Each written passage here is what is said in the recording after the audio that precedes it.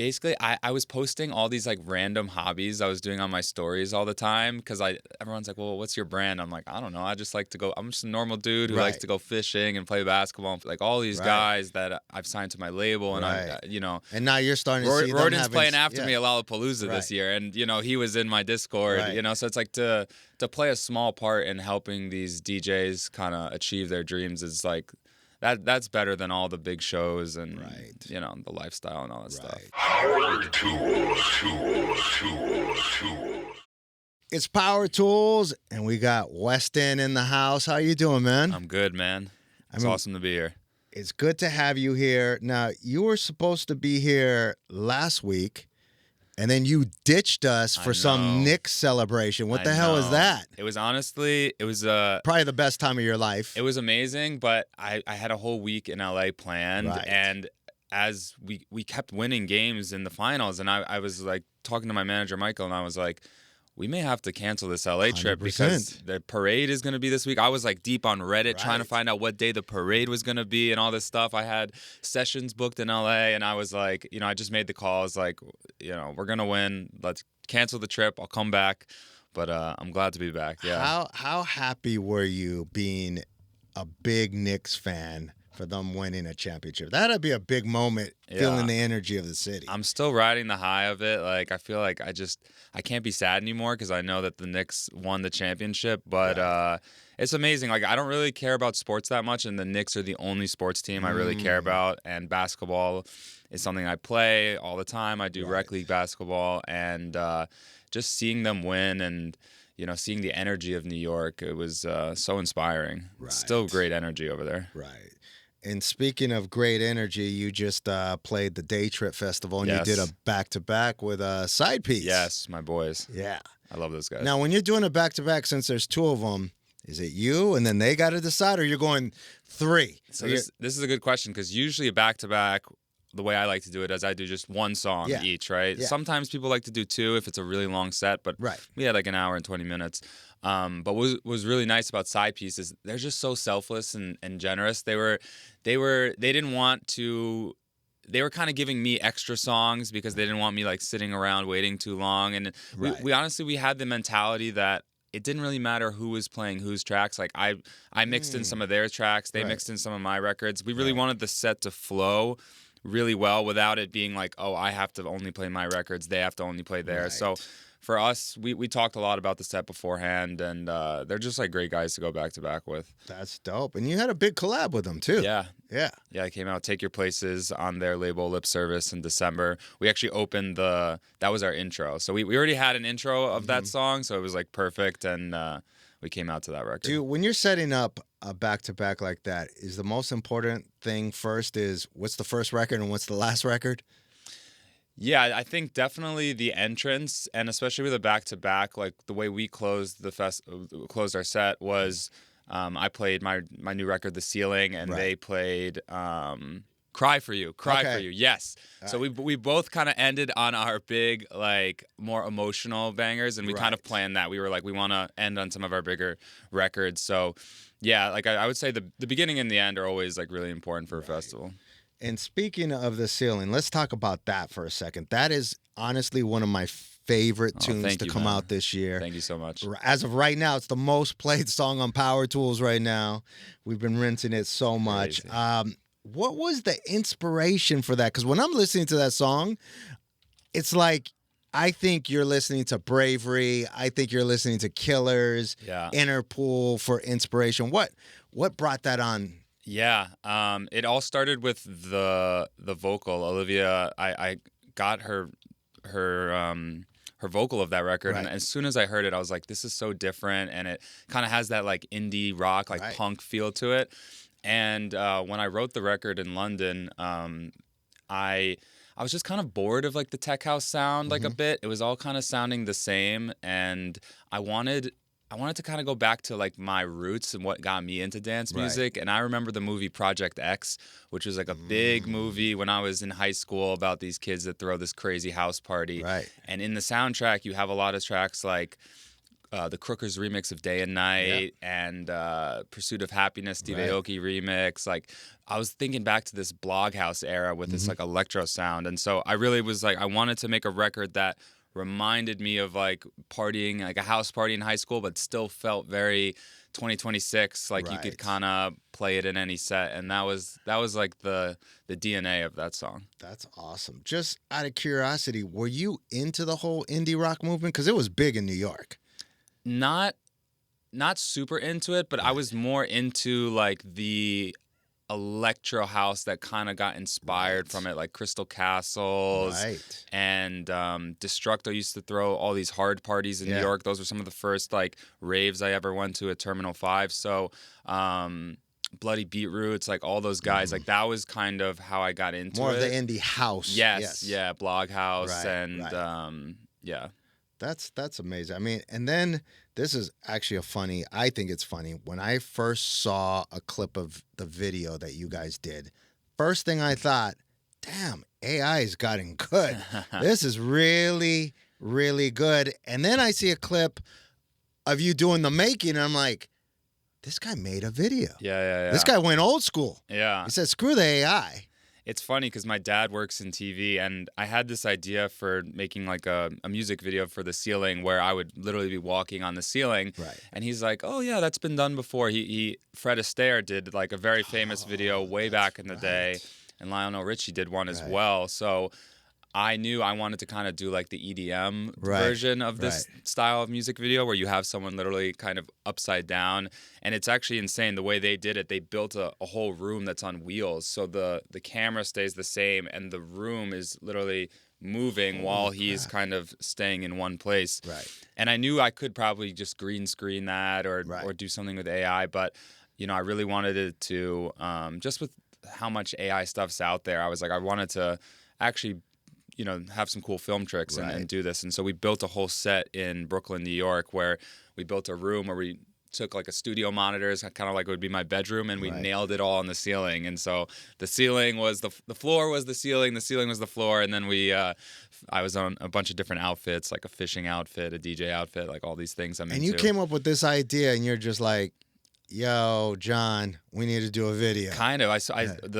Carl, the director of photography for that, we kind of got on a Zoom call, and I was like telling him my concept, and we were bouncing off each other, and it kind of evolved eventually into that. But yeah, I was just I just randomly had the idea, and it's really fun as a DJ to come up with those ideas. I think a lot of times we're all posting the same stuff. It's like, 100%. Here's the clip from the show, here's the album artwork, whatever. But it's really cool to be more of an artist and, create a world for your I don't music. see a lot of DJs saying, here's the music video. Yeah. I thought that was expensive too. Yeah. And for people who don't know, it's the song came out on Experts Only, John Summit's label. When I say John, I meant John Summit. Yeah. But that song is, I don't know, you really tapped into something. Thank you so much, man. I really appreciate it. Which I think is really, really, really cool. I also want to talk about your Daft Punk edit of Around the World, which I think was massive. I still drop that. Yeah. And what I love is that sometimes you're very honest online and you're like, yo, I can't upload this to SoundCloud, and you're explaining. Why don't you tell people the story around that of doing an edit that's, almost every DJ was playing that, but yet you can't upload it to SoundCloud. Talk about that. Yeah. I've done like a lot.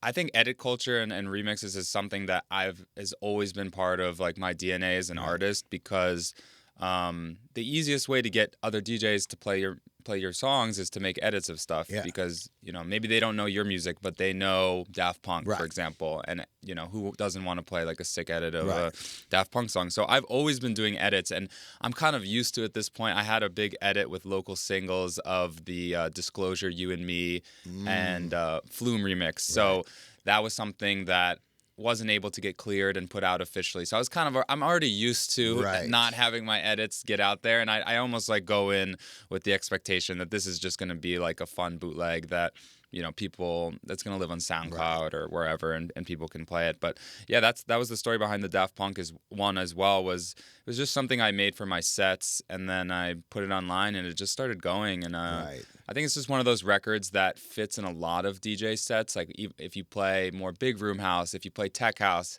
Adam Bayer was playing it, Anima was playing it. It's kind of one of those records that like it fits into a lot of DJ sets, and that's why it kind of got popular. Do you ever go into the, like, you do an edit and think like, maybe we can get this as an official remix? Let's send it to the label first. Yeah, I think in today's day and age, it's like the easiest time than ever, because I think with social media, things, it's just much easier for things to go viral. And I feel like a lot of the major labels and artists, they're more down to clear samples now. So yeah, I need to go do a few more edits and hopefully get them cleared. Because did the Deadmau5 start off as an edit, or was that a proper remix? Yeah, that actually started off as an edit. And the interesting thing about that was it really was only supposed to be like an edit. It was kind of like a beef up, where I love the original track with Deadmau5 and Wolfgang so much. I didn't want to change too much. I just kind of wanted to make it sound a little bigger for my sets. And we were able to actually get it cleared and put out officially. So when it came out, Deadmau5's fans, they're very passionate fan base. So a lot of them were a little upset because the remix didn't change so much from the original. And a lot of people were like, oh, this isn't a remix. But I was like, guys, this was kind of always an edit at the end of the day. And we even, the version that came out, Deadmau5 couldn't find the stems of the original song, so the version that came out was just me using like a stem splitter to make that edit, which is a little secret, but it still works. I played it last night at I'm curious, which stem splitter do you use? I need my sponsor money. I use this one called La That's what I use. Okay, AI. That's that one's really good at just taking the vocals out of stuff. I find maybe you're going to turn me on to a new one that I needed to use. But No. There's everyone has like their own, but I find that one just easy to use. Going back to like your beginning roots, like when you were like you graduated from Duke, you were working for a tech company. Take me to the day where you said, I'm going to do DJing full time, because you're kind of in both lands. Yeah. That had to be, was that an easy decision? It was definitely a difficult decision, but it was at the same time kind of easy. I think it wasn't like a single day, but I remember I was at work and I was just like, I'm not really enjoying this. And I kind of like knew I wanted to quit, but I wasn't like fully committed. And what really pushed it for me was this DJ Justin Martin was playing a lot of my records out, and at like Dirty Bird Campout and all these festivals. I think there was one show where he played like 6 of my songs in one set. As a DJ, that's a lot of songs to play with someone else in one set. And that really gave me the confidence boost to say, okay, maybe there's something here that's working. Why don't I just quit my job? I was living at home in New York, so I didn't have to pay rent. Okay. My parents were cooking dinner at night, so I was like, I can take this risk for a year and just see how it goes. And all credits to my parents. They're like very supportive, and they were like, yeah, just try it out. And it was really cool because 2 weeks ago, we got to invite Justin Martin to be the special guest at my show here in LA, and we did it back-to-back. And it was just a very like full circle moment, because he was the guy that really helped me take that leap and try this artist crazy DJ career thing. And he helped you take that leap by just playing your music. Yeah, just by giving me the confidence, So that's why I always think it's so important, and that's one of the cool things about DJ culture is like we're all so connected because we play each other's music. And think about all the DJs that have gotten big breaks because Skrillex played their song or John Summit or Chris Lake or whoever it is. And it's like it's so important to give back to the youngins by supporting their music. 100%. I mean, and you also give back through your school, Kick and Bass. I mean, that's kind of talk a little more about that. Like you guys have 600 members, which I think is crazy, a crazy community. Yeah. I mean, it's just grown so much since COVID. Yeah.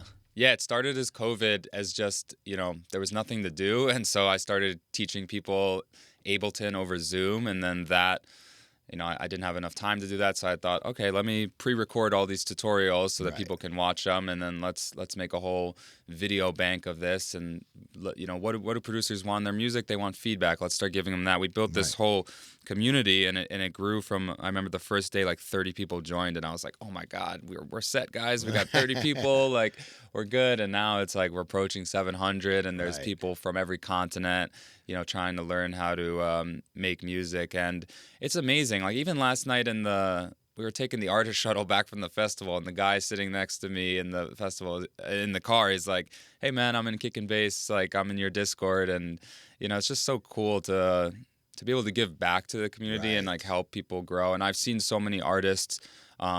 Like amazing DJs, like Rorden was in our Discord back in 2021, and To Be Honest, and Jake Shore, and Julos, like all these guys that I've signed to my label, and and now you're starting to see Rorden's playing after me at Lollapalooza this year, and he was in my Discord, so it's like to play a small part in helping these DJs kind of achieve their dreams is like that's better than all the big shows and the lifestyle and all that stuff.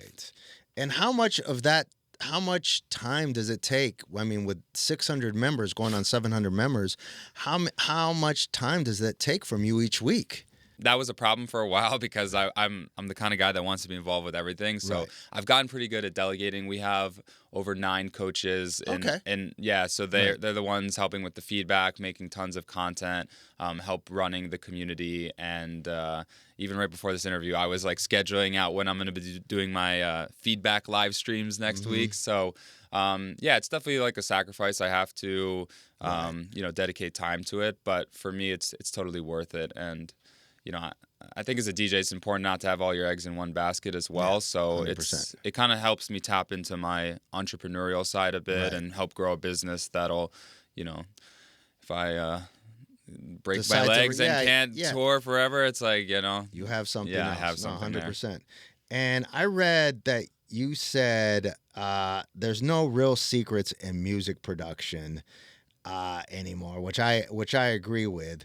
And so my question is to you, what separates successful producers from everybody else? If we all have the same secrets. Yeah, I think the most important thing is, there's 2 things. I would say, 1, your taste.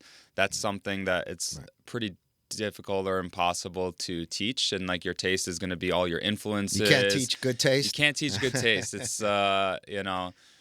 you can style someone and make them look cool, but you can't give them their own style. That's something that you develop on your own, and so that comes with years and years of just trying to be an artist and really like introspectively looking at yourself and being like, what message do I want to give to the world? So that's one thing that separates us. I would say the second thing is your effort, right?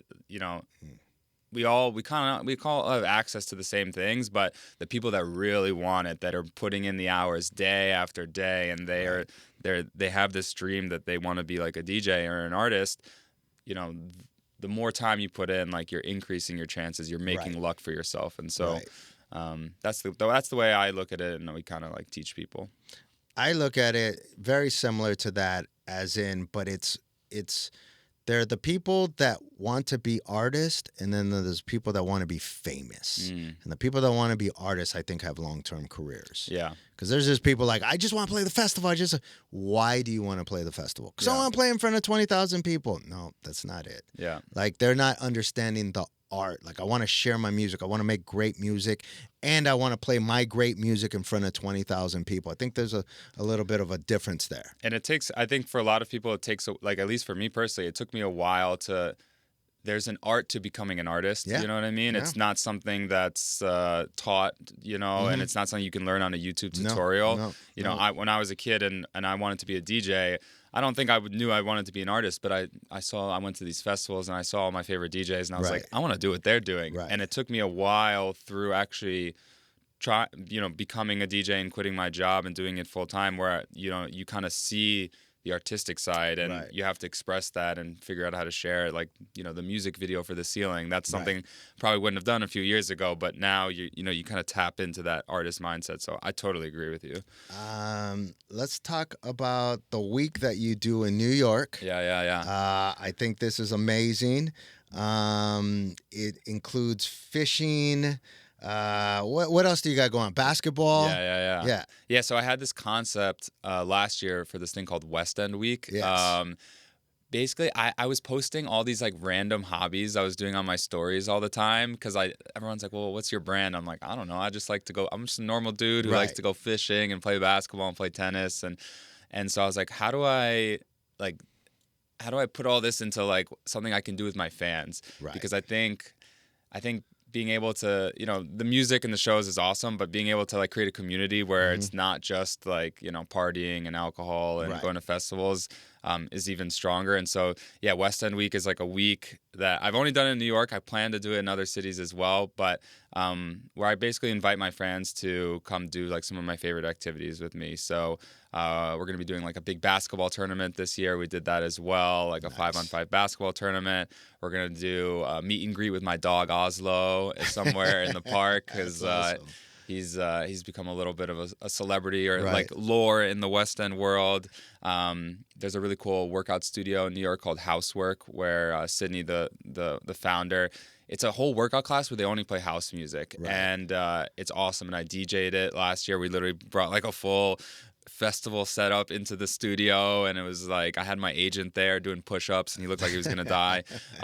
So yeah, it's a bunch of activities, and it's just like fun for me. It helps break up the whole just another show festival. Right. It also breaks up here, buy this, pay for this. And it's more like, let's just have some one-on-one time. Exactly. That's very, very cool. And then, but do you take the basketball game serious? Like, oh yeah, we gotta, like, my team's gotta win. I don't care if you're my fan, I'm gonna take you out. Yeah, last year I had, my team didn't win, but I had like a ex-D1 like college player, and like, I threw him an alley. I've never thrown anyone an alley-oop because most of the people I play with can't dunk, and we had like a fast break, and I threw him a little alley-oop, and he went and dunked it. We got it on video, and I was like, that was the coolest thing ever, man. So you're trying to stack your team. Oh yeah, but I want it to be fair too. So I'm not gonna put, it has to be. You're not gonna breed somebody from the Knicks. Yeah, exactly. Like have them wear like a undercover outfit. That's amazing, man. I love that idea. That you're doing. I also really love the new single. I think that's really, really good. The new single is Feels Better. Yes. And it's on your label. Yes. I love the hook, the vibe. I love the musicality. Talk to us about the inspiration of that. Yeah, I've been listening to a lot of like old French house. I'm like in a very nostalgic era of my life. So I was been listening to a lot of like Daft Punk and Thomas Bangalter and just like some older French touch and French house stuff. And so I kind of wanted to make a track that reminded me of that, but still. The hook reminds me of that. Yeah. Exactly. Very simple and repetitive. Yeah, exactly. Loopy vocal hook, and then like a lot of like kind of like chops, like vocal chops in it. And so, but I still wanted to kind of have that West End like big sound to it, and that was the kind of like the musical inspiration. And then, for a lot of the visuals for this song, which are going to be coming later this week, I really wanted to tap into the Knicks winning the championship and just the energy that gave New York. And just in Brooklyn, like we would after the day after the Knicks won, you would walk around and it was like a nice summer day. Everyone would be happy. Everyone would be wearing blue and orange, and just that kind of like collective community and energy as someone that like grew up in New York and plans to spend their whole life there. That we kind of tapped into that for like the visualizer for the song, and that's what the song reminds me of just like, dancing with. Did you do this song when you did The Ceiling at the same time? No, I wrote this after The Ceiling. Okay, yeah. Right. Yeah, I wrote this earlier this year. So it's always interesting when you write a song. Usually people, and DJs, they'll make something and then they won't come out for like a year and a half or whatever. This one came out only like is going to come out only a few months after I write it. And I feel like sometimes as an artist you get a bit insecure because you don't have as much time to play it and like send it to all your DJ friends to play. But I just really believe in the record, and I feel like it needs to be released now because it's a summer song and it needs that like summer kind of energy. And I think it's also great that you have, your own label set up so you can do that with trace amounts. Yes, yeah. And talk to us about the importance of trace amounts. And I mean, your label's doing very, very well. Thank you so much. Yeah, all my favorite DJs have always had their own labels, and that's how I got my start in the industry, was signing to like Claude Von Stroke's Dirty Bird or Lee Foss's Repopulate Mars, and so I always knew I wanted to have a label, and I felt like that it just made sense with what I do with kick and bass and signing other artists and like my philosophy of kind of giving back to the new generation. And yeah, Trace Amounts has been like incredible. We've built like an awesome team to run it with me. I'm like the A&R, so I love listening to all the demos and working with the artists to make sure like the songs sound as good as they can, and just kind of having the vision for, you know, where the sound is going, and, you know, trying to keep it fresh. And yeah, so and the best part about it is that, you know, I think it's important as an artist to own your IP and own your tracks. And so that's something that I believe in. And just having the freedom to do whatever I want. You know, when you sign to another person's label, you're kind of stuck with whatever dates they, you know, whatever release schedule they're working on and budget and all these things. And I like to have full creative control and just be like, we want to drop a song next week, we could do it if we wanted to. And what's great is that you're kind of doing both worlds. Yes. Some records you'll have on Experts Only, some records you'll have on, you know, Catch and Release, some records you'll have on your label. I think people get confused a lot of the time because they'll say, oh, you have your own label. Why are you putting the ceiling out on Experts Only? And, you know, I think it's... What is your answer to that? My answer to that is that usually they'll comment that on a video of John Summit playing it in front of at Ultra or something like that, and I'll be like, the video you're watching is the reason why, because, you know, I'm able to tap into the fan base that, you know, someone like John has built, which is an incredible fan base, and we have a long personal relationship as well. But I think it's important to, you know, while I have my own label, be able to kind of tap into other people's artistic worlds as well, and kind of get their cosign and support. And, you know, Experts Only throws some like amazing events all around the world, and there's a lot of reasons why you would want to sign to. I understand. I want to know how you answer a fan. Yeah. I usually just tell them straight up. You know, it's like it's John Summit. Shut up. Yeah, you know. That's dope. What else does Westend have cooking for the rest of the year? Yeah, I have some more music that I'm excited to release. Any collabs that you can talk about?